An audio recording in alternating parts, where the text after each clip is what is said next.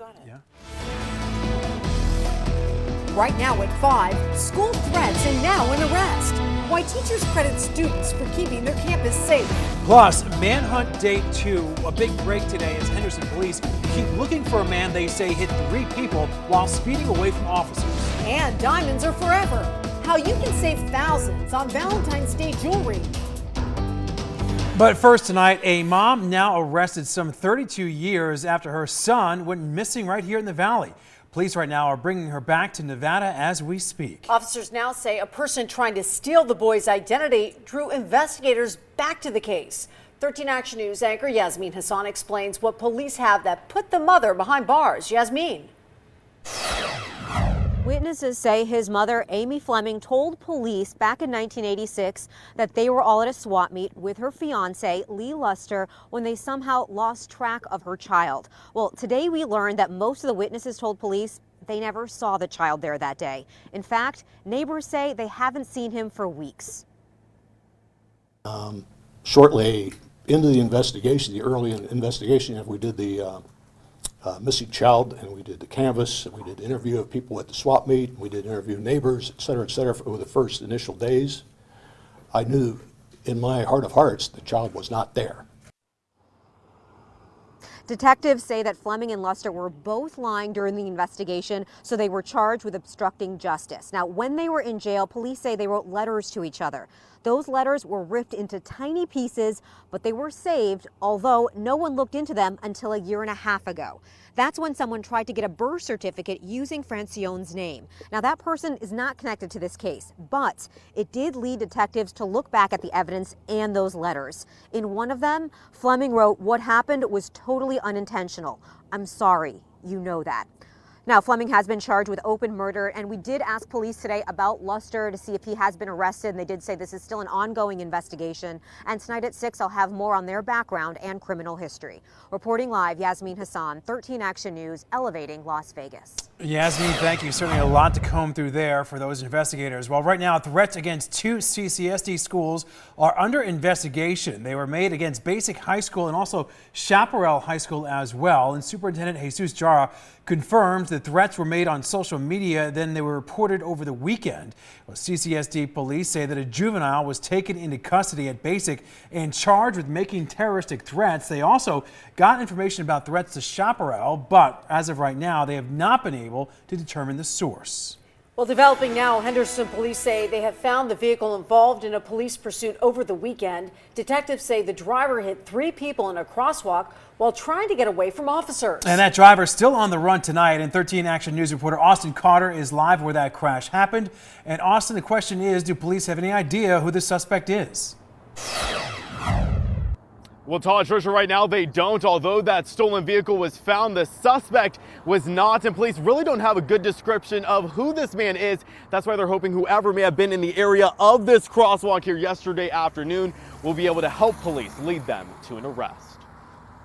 A police chase through the streets of Henderson ended with 3 people being sent to the hospital and the driver still out there. It all started around 1:30 in the afternoon Sunday near Westminster and Collins when an officer ran the plates on this SUV. It came up stolen. The officer tried to stop the SUV, but the driver kept going and a pursuit followed. Officers made the decision minutes later to pull back. No longer in pursuit. The vehicle is going northbound, eastbound major.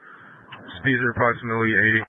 Then as officers were watching from a distance, the SUV ran through a red light on Boulder Highway at Lake Mead, hitting 3 people in the crosswalk.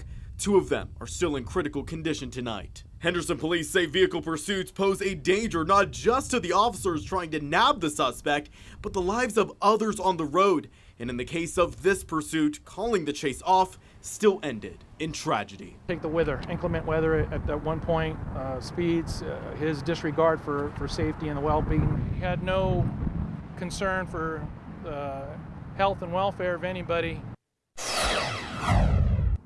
And back out here live, I've been spending the day combing through this Henderson Police Department policy, specifically on how officers and dispatchers handle these police pursuits. Now, coming up on 13 Action Live. Live at 6, you'll actually hear from a retired Metro police officer who has been through police chases before and tells me how this pursuit could change things for the department and how it could impact those victims who were hit. Reporting live, Austin Carter, 13 Action News, elevating Las Vegas. Austin, thank you. Well, what a difference a matter of hours makes here in our valley.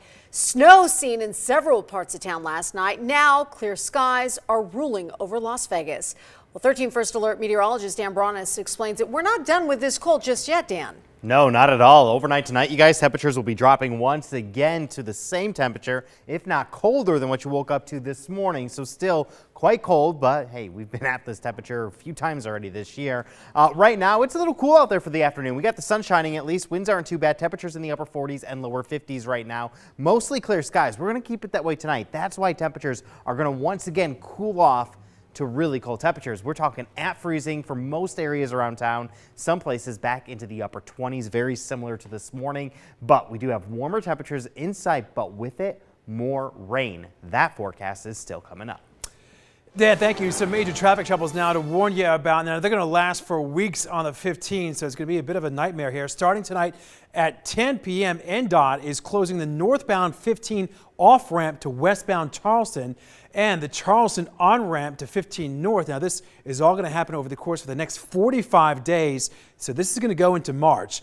The closures are needed to build the new Charleston on-ramp to northbound 15. Well, a new pedestrian bridge is also planned for the intersection right at Las Vegas and Sahara Boulevards. And 13 Action News reporter Marissa Kinnison now tells you the driving force behind the new project. It is difficult. Crossing the boulevard is difficult. But Sahara and Las Vegas Boulevard is already a busy intersection, but Edgar Ortiz has to cross it with a walker. I am disabled and I try to walk to exercise myself. Ortiz has multiple sclerosis. The disease makes it difficult for him to see or walk. For him, safety improvements to this intersection are crucial. Now, there are plans to build a pedestrian bridge here, similar to this one. The plans come after a man was killed here last year, just days before New Year's Eve. Police say he was looking at his phone. And back in 2017, a 60-year-old man was also killed. Police say he was crossing against the red.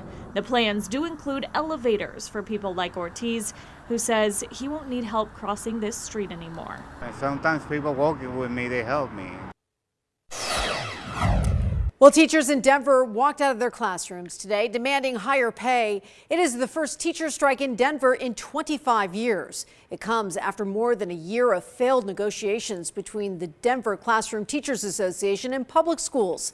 The teachers union argues that base pay is low and educators are forced to take side jobs to afford living in Denver. Well, the temporary funding measure that reopened the government after a 35-day shutdown will run out in just a matter of days. If lawmakers don't make a deal to fund the government by Friday at midnight, it will shut down again. As ABC's Serena Marshall reports, talks are stalled. President Trump back on the road and taking his pitch for a border wall with him. Tweeting, "We will be heading to El Paso very soon. Big speech on border security."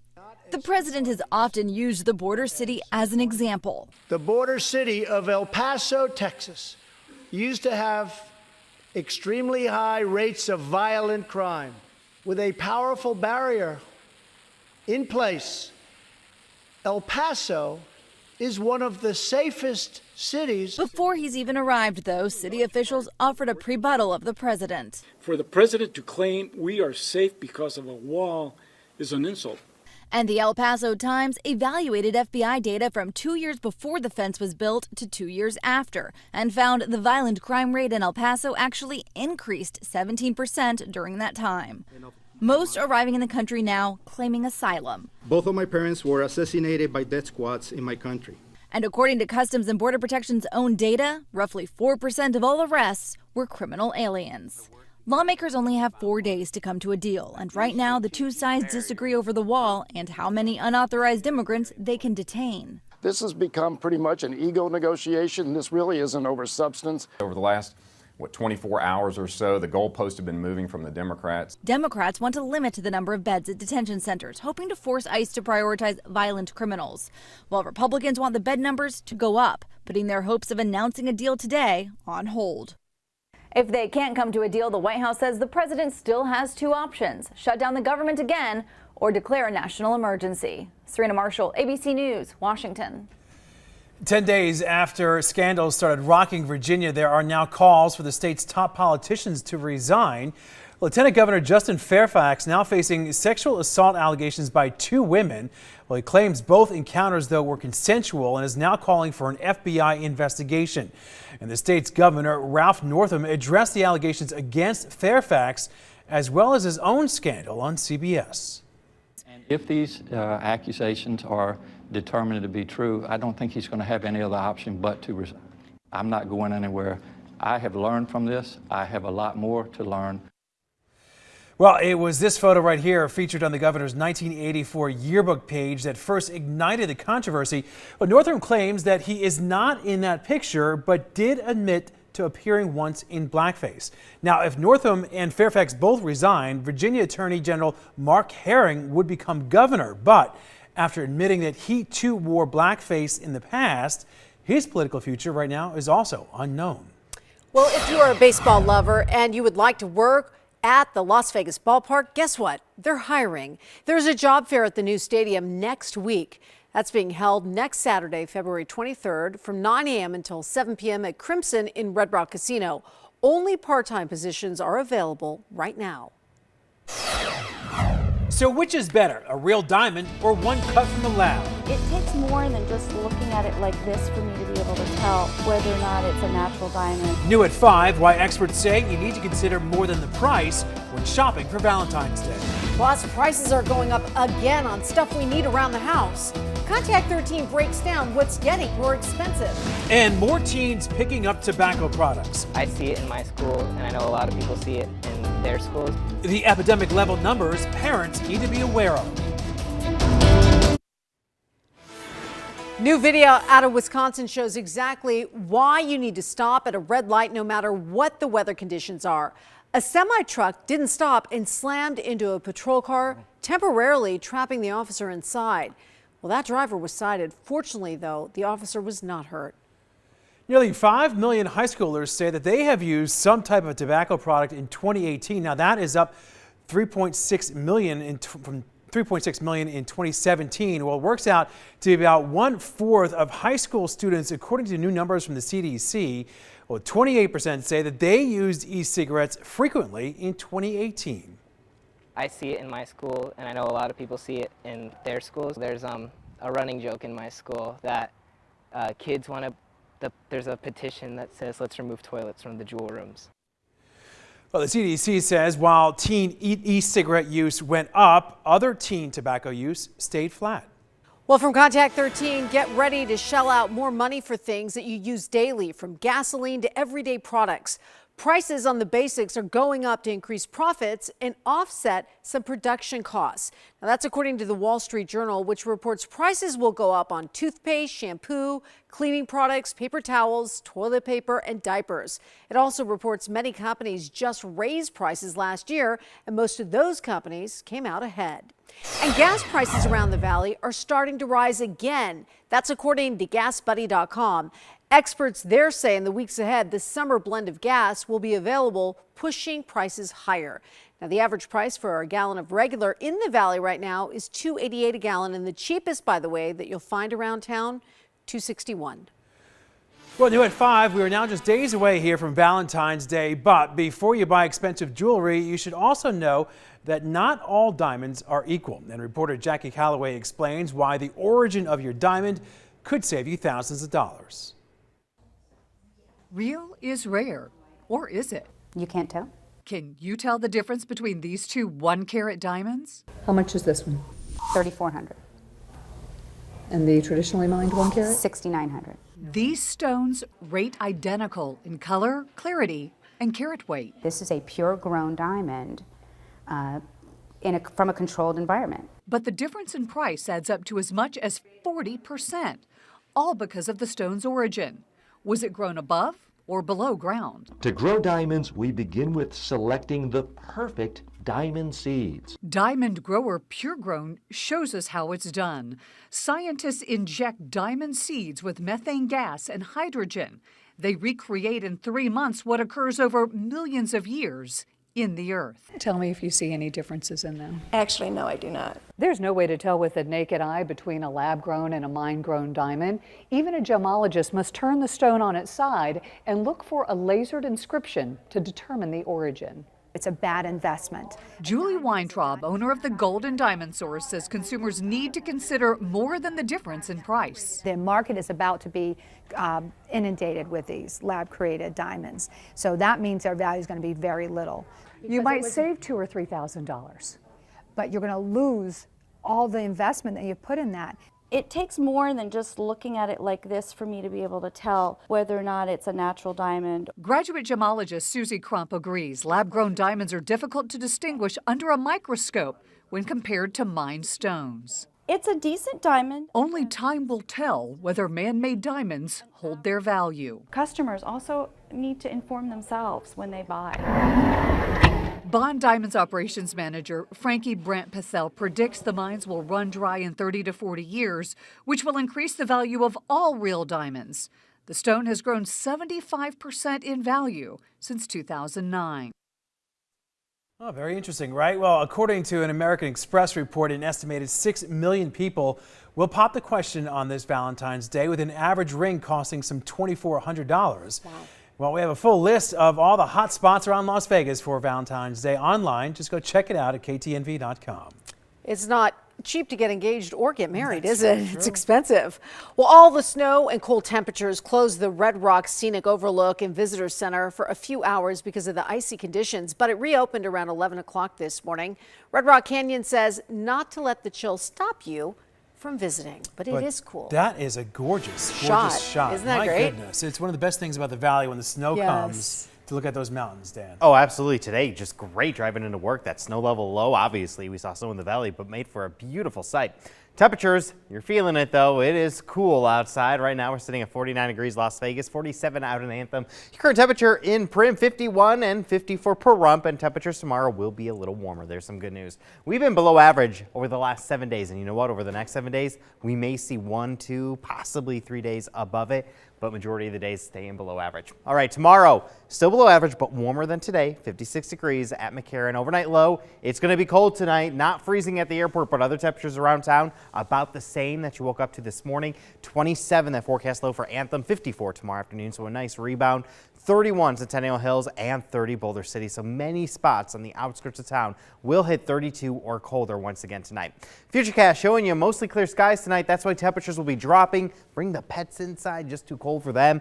As you go into tomorrow, you're going to watch some clouds start to increase, especially throughout the afternoon, and they're going to thicken up tomorrow night, and we're going to go cloudy. And by tomorrow afternoon, if those clouds thicken up enough, we may not see sunshine until the weekend. So we got a couple days of unsettled weather once again moving into the Las Vegas Valley. And you can see Wednesday morning clouds around. No rain or snow yet, but by the afternoon, that could change. All right, so looking ahead toward Wednesday and Thursday, 2 models, both of them indicating a little bit of rain moving our way. One wants to bring more in. The European model brings in way more rain than the American model, but by Wednesday night, I think we'll have more measurable rainfall around Las Vegas. Hey, you know what? We'll take it anytime we can. Half an inch above average for the year, 1.32 inches of rain so far this year. The warmest temperature we've had, 69. We're not going to see anything like that, nor are we going to see anything like our coldest temperature so far this year.